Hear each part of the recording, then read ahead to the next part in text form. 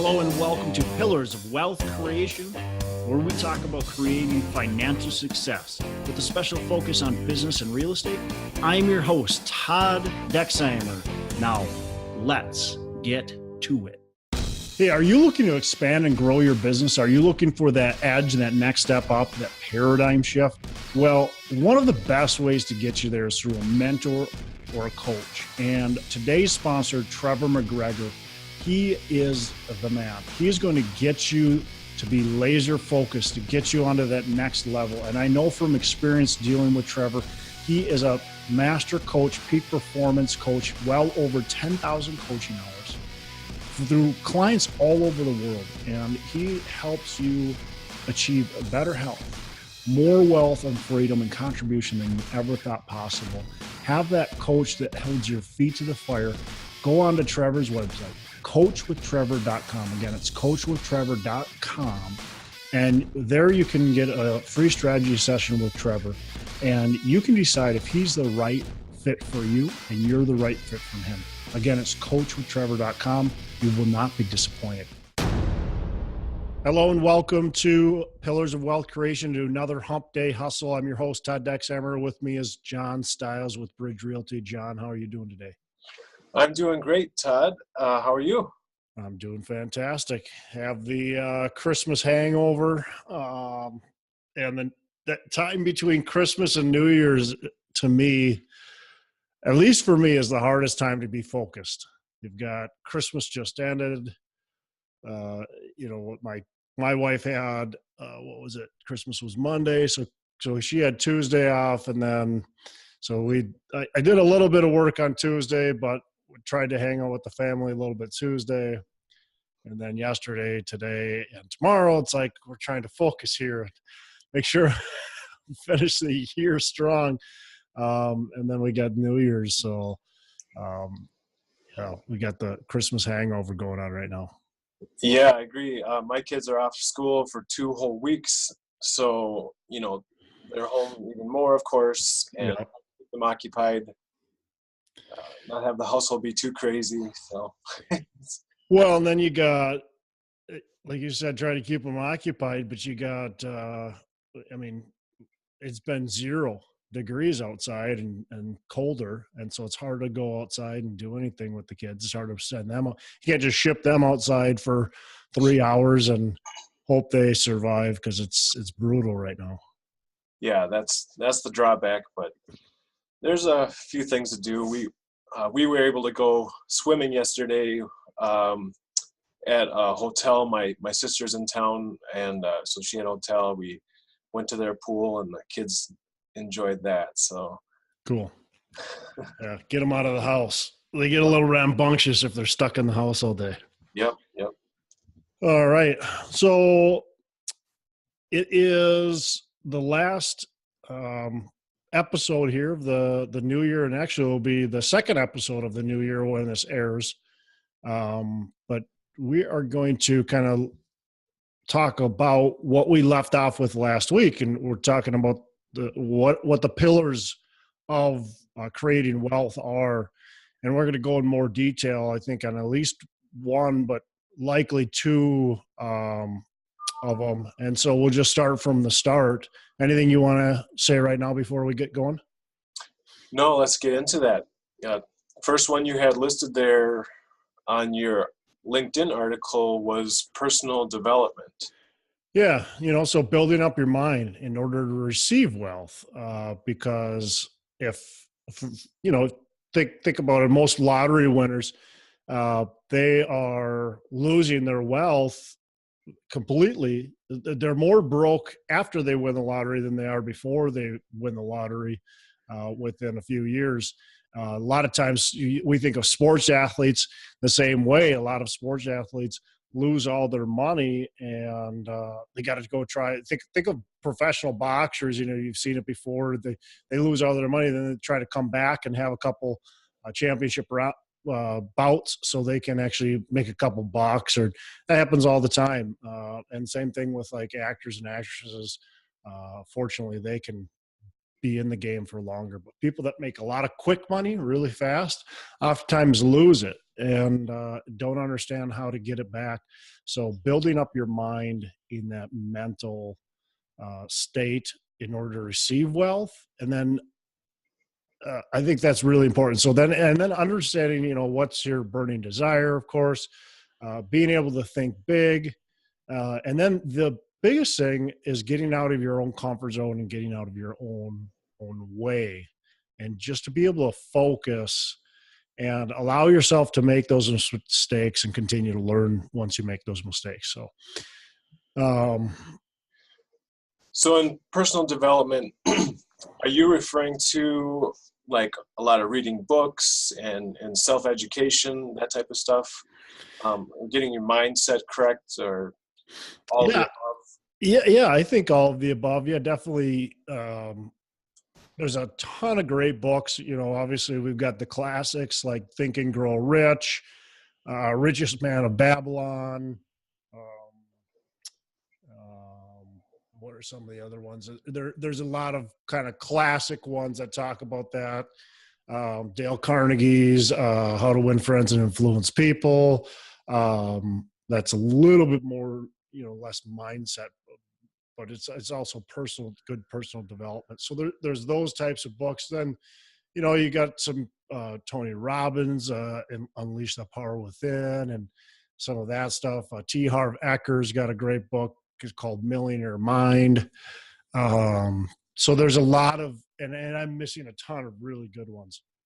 There's a lot of really good content and really good books out there that I would suggest our listeners really digging into. And I think if you just go on to like a Google search and just search, what are the best personal development or entrepreneurial personal development books, a lot of those will come up that I've mentioned, and then even more will come up. Maybe you have a favorite, John. Do you have a favorite that I haven't listed?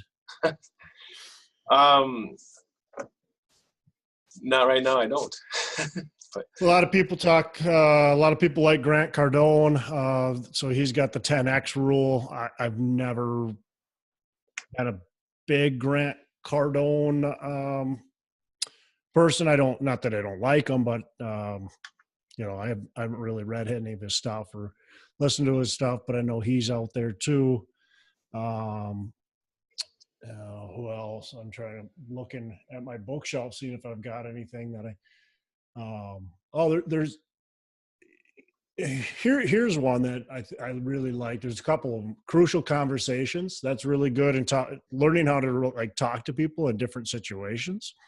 And then Mistakes Millionaires Make.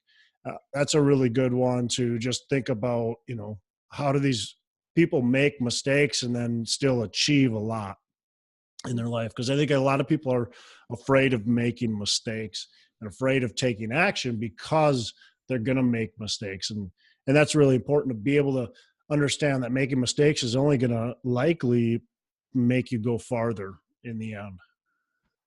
Yeah.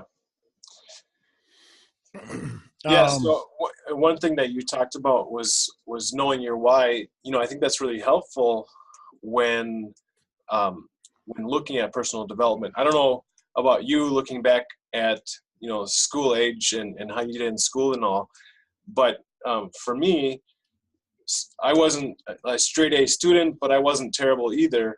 But once I graduated from college, I kind of was done with learning. I wasn't interested in going on to like a master's or doctorate or anything like that. But a few years later, after I kind of got into my real estate career and had more of a focus, then I felt like I had more purpose behind what I was reading, and I had more desire to read and learn about something specific. Yeah, because it was very applicable to what I was doing. So, that when you have some purpose in what you're doing, it can really help you see where you can learn, where you need to learn. Well, and talking about purpose, I mean, I think just reading that type of literature also helps you think that way, like starts to kind of condition your mind to start thinking about what is it? What is it that's going to make me tick in my life? And what is it that is important to me? And it's not necessarily, I'm a real estate investor, and I syndicate, and, I do that kind of stuff. And I do this podcast, and it's not that being a real estate investor is what makes me tick. That's not necessarily my drive, just real estate, but it's the whole process, right? It's the business. It's creating positive value. That's really what does it for me. So it's not necessarily that you have to find something like me. You have to find real estate. You don't have to, find that. I think people try to go, I really like computers, so I have to do computers. Well, I mean, maybe computers are great. Maybe you can do computers, but maybe that doesn't have to be what you do. What's going to drive you? Are computers going to drive you to make a positive influence? Are computers going to drive you to get up every single day? If the answer is 100% yes, well then great. But if that's not the answer, if the answer is something different, then you've got to figure that out. Computers might be the tool, but it might not be basically the destination, right? So you could, again, real estate's my tool, but that's not what's really driving me. A house doesn't get me excited, right? But it's the process of from the start to finish and what I'm doing and the difference I'm making. And the business and running that business and the power that it can, bring, that's the whole from start to finish, what drives me. So, yeah. I think, just always continuing to learn and to grow. And even for those who have achieved quite a bit, to me, you can get really lazy and unfocused. So all these personal development books, I continually am looking at and reading, and they might be kind of more geared towards a certain subject. Maybe they are geared towards real estate more or something else that I'm doing. But a lot of them have good personal development content in them. So, yeah. Very good. Should we move on to the next pillar? Yeah, absolutely. So the next pillar being cash flow. And again, if you haven't developed yourself personally and you're not ready to accept cash flow, there's no point to even getting cash flow. So of course, first, let's do the first step. Now, next, we're on the cash flow phase, and that's building passive or semi-passive cash flow. And the reason I say semi-passive cash flow, John, is because, in real estate, I don't believe and even if you're investing in the stocks, I don't believe you should be completely passive unless you've really have made it. And so by being, semi-passive, you're not necessarily the hands-on property manager, right, on a property, but you are still managing that asset. You're still paying attention to it. You're still making sure that it's running efficiently. You're still paying attention to the market timing, and understanding, should I sell or should I keep, where the next opportunity is, all that kind of stuff. So minding it is definitely a positive thing. Yeah. Well, and cash flow is, obviously something that affects everybody, whether you have it passively or actively. But it's really making it passive, or whether it's passive or semi-passive, like you distinguished there. When you can add on those layers where it takes less of your time and effort, and you can still have the cash flow, that's what can really compound and leverage it to be a wealth building tool. Yeah, exactly. And so as most people first starting out are going to have to be a little more active. And I wouldn't say you have to 100% be completely active. Like, you can still invest in an apartment building and have a third-party property manager, but you're going to have to still be a lot more active in it.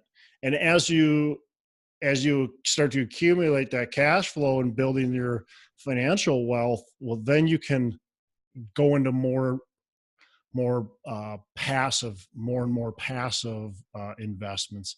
And maybe you can do that right away. Maybe you've got a good job, and a job would be cash flow, but it's cash flow that's very active, right? Because you have to be there every day if you're going to have that job. It's cash flow. I mean, when you're starting out, you should have some sort of income coming in. Otherwise, you're just going to have a hard time getting anywhere.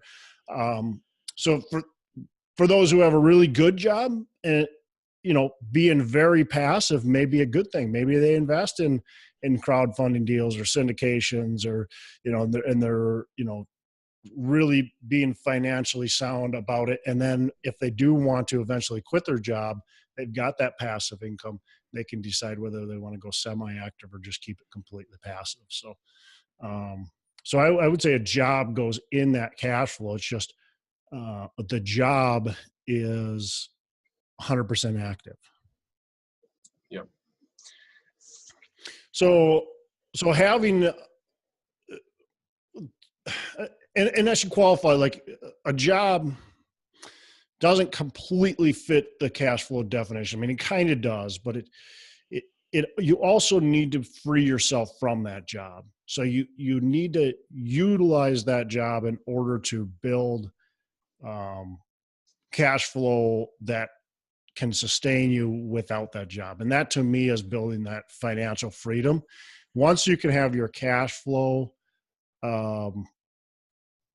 paying for your lifestyle, then you've achieved the cash flow where you should be, satisfied with it, or hopefully still trying to build it even more. But to me, that's what you're trying to achieve. Allows you to be able to do what you want and when you want, and still have income coming in. So the whole idea of going to college to get a job and become, get the American dream that way, would you say that's maybe not the ideal way to actually build wealth? You could get a decent income through that, and there are many good paying jobs out there. But as far as to take it to the next level with building wealth, you kind of got to think outside of the job. Yeah, I don't. So I'm not the, like a Robert Kiyosaki talks a lot about that, kind of how you talked about it, and how jobs are job, it's just over broke, and you shouldn't be striving to get a job. I don't necessarily agree with that. I mean, whatever is going to make you happy. But if you're going to have a job, and if you're not going to have a job, if you're going to own your own business, either way, you have to be able to work yourself up to having passive income. That's the only way you're going to be, to me, completely free and liberated, is once you have that passive income. To, if you ever lost your job, if you got sick or hurt where you couldn't perform on your job, you could still take care of your family because you were financially wise with your money. So a job can be a great tool to help get you there, but you got to be careful with that job. Here's what happens with most people with the comfortable job, right? Is they're comfortable and they stay comfortable and they don't do anything outside the box other than invest in their 401k that their employer has set up with them. And then any little bump in the road that happens, they're stuck. And they don't have a choice, and they can't go on a vacation more than the 3 weeks a year or whatever it is that their boss allows them to. And they have to ask permission to do certain things. And so it's not being truly free, but it's, again, I'll go back to going to college, getting a good job, doing that kind of stuff. That's for some people. It's not necessarily what I want now, but that's exactly what I did. I went to school. I kind of got good grades. I partied a lot, but I did good enough to pass college. And, I got a job, and my job didn't pay much because I was a teacher, but I got a job and I did that. And But then I understood that I needed to do more than just have that job if I wanted to get anywhere, if I wanted to have that choice, so being able to have that choice is liberating, being able to know if you're going to work or have to work or not, having that passive income cash flow, just, it allows you to be able to do so much more, I think. Yeah. Well, I definitely think that's, something people need to be focusing on and building towards. So, yeah, for me, having passive cash flow allows you to take more risks, allows you to do the things that you love to do. It allows you to take kind of that weight off your shoulders, right? And when you achieve positive cash flow, you need to continue to grow it. You need to make sure you're not lazy about it. Otherwise it still can and will go away. But it can be very liberating. It can be, it just, I don't know. I'm having a tough time like saying what I want to say, but it basically allows you to do what you want, when you want, where you want, with who you want. Yeah. So how do you get it? And I think most people know, buying businesses is a great way, or building businesses, franchising your business, network marketing.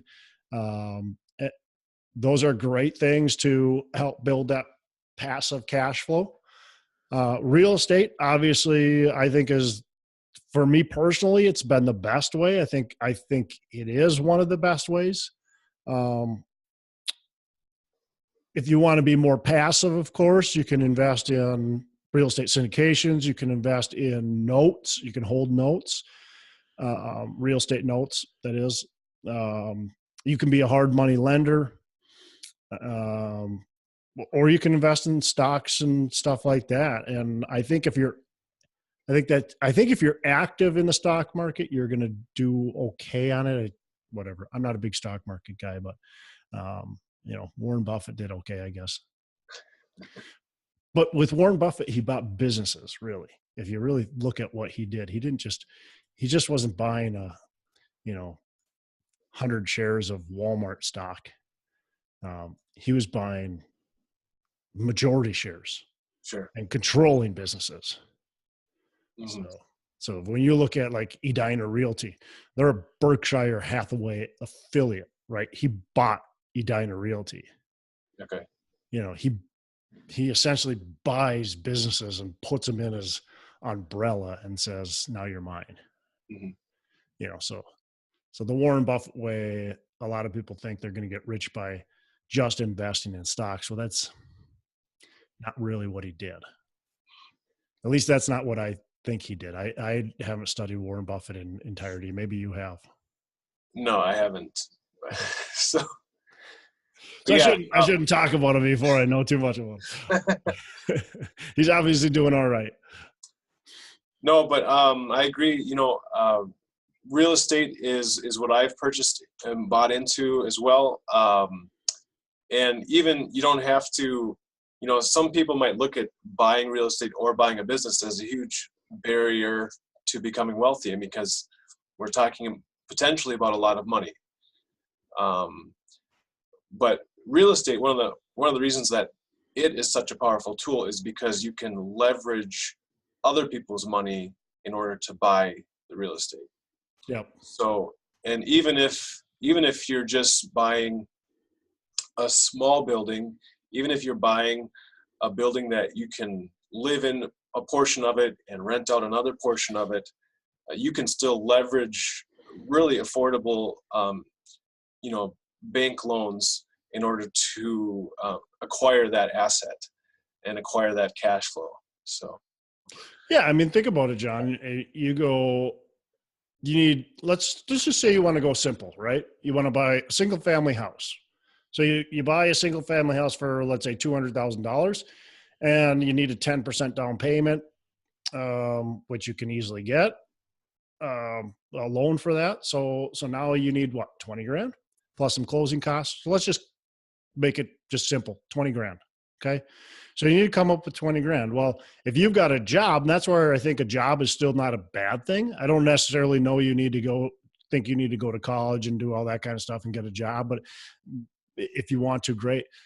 But having that job type income coming in allows you to then have that 20 grand to buy that house. And if you do it right, you're going to buy a house undervalued. Maybe you're going to buy it instead of for 200 grand, you're going to buy it for 120 grand. You're going to put a little bit of work into it, or you're going to hire somebody even better to put the work into it. Now you're all in for, let's say, 140 grand or 150 grand. And then you can refinance it, and you can put a mortgage on it for 150 or even more. That still cash flows that property. That's the key, is the cash flow. We talked about the cash flow. You have to make sure it cash flows. You have to make sure that property cash flows. So, you want to make sure that if you do that, and that's a great way to do it. And that's exactly how I did it. I was buying houses for 50 grand, putting another, 30 grand into them. I'm all in at 80 grand. The thing's worth $130,000, $140,000. I'd put a mortgage on it for right around 80, maybe even 90 grand, pull a couple bucks out of it. And then I'd do it again. So I'd be all in on these properties for zero or close to zero. And I was able to continue to roll and get a bunch of properties like that. So that to me is a really powerful tool. And where can you beat that? I don't know. I don't know. You can't borrow that type of money in order to buy stocks. Right. Right. And now today's market's a little different, right? It's harder to find these deals but they're still out there. So if you're willing to look hard enough, they're still out there, but there's other ways to do it. There's companies like mine where, people ask me, all the time, how can they, they don't have any money. How can they get into apartment buildings? Well, do you know anybody that has money? You can either raise money. Now, there's rules about this, so I don't want to just make it sound just super simple, because there's SEC rules. But you can raise money, partner with a person like me, or there's many others, and you can raise money for them, or you can raise money for your own deal if you think that you can handle that yourself. You can find a deal. So if you find a 100 unit apartment complex for a buyer like me, or like you said, the many others that are buying apartment buildings or commercial buildings, they'll pay you, and potentially pay you very handsomely. If somebody finds me the right building, I'd pay them 50 grand or more. With that 50 grand, you could just say, I don't even want that money. I just want to invest in your deal with that 50 grand. Okay, great. Now you can be passive investor in the deal if you wanted to, and if there's other rules, but if that works, or you could just take that $50,000 paycheck that you just made, and now you have enough money to go, maybe buy your own place. So there's other ways to get into deals than just having the money yourself. Borrowing the money, using other people's money, using seller financing, or partnering with friends or family, partnering with other apartment investors or commercial investors. There's all kinds of ways to get that passive cash flow to get you on the right track. Yep. So next week we'll go through a couple more of these pillars. But for now, anything you want to mention, anything you want to go through that is exciting going on, either starting in 2018 or? Yeah, I'm just, I've been focusing a lot over the last couple of months on my business plan for this year, starting to implement a few of the pieces, and I'm just looking forward to putting the whole plan into place here in 2018, and hopefully seeing some really great results. Started out my planning based on what I wanted the results to look like, but now I've really backed that into what are the action items I need to do on a weekly and daily basis so that I can achieve those results. Yeah. So, yeah. Cool. Yeah, I like action items. I mean, what do you have to actually do to get there? Yep. Um, So, it's easy to make a goal and say a goal, but actually to follow through with that goal is the yep. hardest thing, right? Most people that make their New Year's resolutions, I don't remember the statistic, but it's like Yep.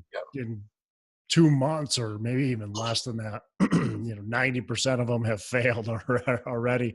It's Yep. because they made a goal, but they really didn't focus on that goal and how to actually achieve it. They just made a goal. Well, and one of the ways that I'm working to overcome that this year is I've partnered up with an accountability partner. So we're going to be talking on a weekly basis to go over our action items and, did we achieve what we set out to do this past week? Because when you break it down into a week's worth of to-dos, it's so much more of a pressing thing, versus, oh, I've got to do X in 2018. Well, you might wait till the last month to start doing X, unless you've done this is the first time I've had this type of accountability partner, so we'll see how it goes. But So, John, how'd you find an accountability partner? What'd you do? Did you hire somebody? no, within my office here at Bridge Realty, we started up like a sales and accountability meeting. So we met for once a month, the past couple of months, kind of going over business plans. And then from there, we partnered up and kind of assigned them randomly with whoever wanted to participate. And then, so we have the accountability partners, and then we also started a sales competition where we put out there for everybody to see what our financial goals are, how many deals we want to close, what is the gross commission income, sales volume. So those three main items. So we put it out there for everybody to see, it's a lot more, it does that for you. As if I just tell myself these goals, then I can just change it later on, But if I've got it written down in an Excel sheet with everybody else's, and it's there for everybody to see, if I'm slacking off, everybody's going to know it. So you could just quit, I guess, but yeah. No, I like that idea a lot. I mean, that's great approach to have an accountability partner or accountability group. It allows you to talk to others too about, what you're doing and what you've done, and not necessarily do I like the talking to others about what you're doing and what you've done. I just like the idea that you're talking it out. And you're talking it out with somebody who's trying to also achieve. So they're hopefully holding your feet to the fire. And when you say, well, I didn't get this done, the best accountability partner would go, John, why? Yeah. What are you doing? Like, why aren't you getting this done? Well, this happened. So I don't care. I mean, I had a lot of stuff happen in my life too, but you should be getting this.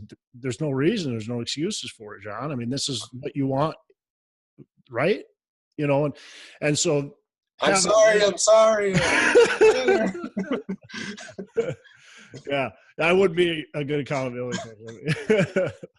And that's one of the reasons I switched over to Bridge Realty. I wanted to be in a company that had a lot of like-minded people.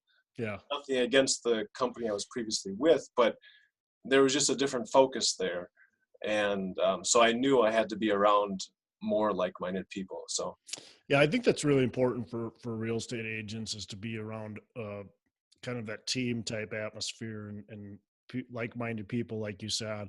I just had a person that, I talked to for quite a while, and he's in the Eau Claire, Wisconsin market. And he was asking me, who does he go with and who does he choose? And, I was kind of part of a lot of, I don't know, necessarily helping him make the decision, but just kind of there for him as much as I could be. And that's kind of was some of my advice is, make sure you're picking somebody with that can have a team that can help you along, because he's new. I mean, this is his first stint. And I think it's important, especially when you're first new, you don't know how to do a lot of the stuff, that you have a team, not necessarily a team that's going to be your crutch, but a team that's going to help push you to that next level, that accountability coach or partner, like you're talking about. So hopefully he found that group. It sounds like he maybe did, but Cool. yeah. Well, cool, man. I think that'll be it for today. This will come out right in the beginning of the new year. So I wish everybody a happy new year, and hopefully 2018, we can all kick some major butt and make things happen. Yep. Happy New Year. Oh, by the way, I was supposed to be reading off the review of the week every week. I think I missed it last week. So we got a new review here this week. I'll read that off. So if you can, and if you like our show, go on to, I don't know the whole podcast thing. I'm still getting used to it, but I think in iTunes I think that's the main one that does reviews. So in iTunes, if you do iTunes, go into iTunes, you have to actually go into the search bar at the very bottom and search and type in Pillars of Wealth Creation. And then you have to click on the icon. It's really hard to get to. You have to click on the icon, then click on reviews, and then you actually can go in there and make a review. So if you can, that would be great. We'd love to hear from you. We'd love to hear what you think. Love to get more ratings or reviews. It definitely helps our listener base and everything. So this is by JMT98765. Must listen for RE investors. Great mix of both practical and inspirational advice provided in an engaging and easy to understand style. So I appreciate JMT for that shout out and for the review. And hopefully you keep on learning something from this show and share it out on social media. All right. Thank you for having me on again. All right, John. Have a good day. Make every day a Saturday. Are you having a hard time finding great investment properties? Unfortunately, the best deals are rarely found locally. Successful investing begins with the right properties in the right markets. Norada Real Estate provides everything you need to invest in the best deals across the U.S. Our simple, proven system will help you create real wealth and passive monthly cash flow. Get your free copy of the ultimate guide to passive real estate investing at noradarealestate.com/guide. That's NORADA realestate.com/guide.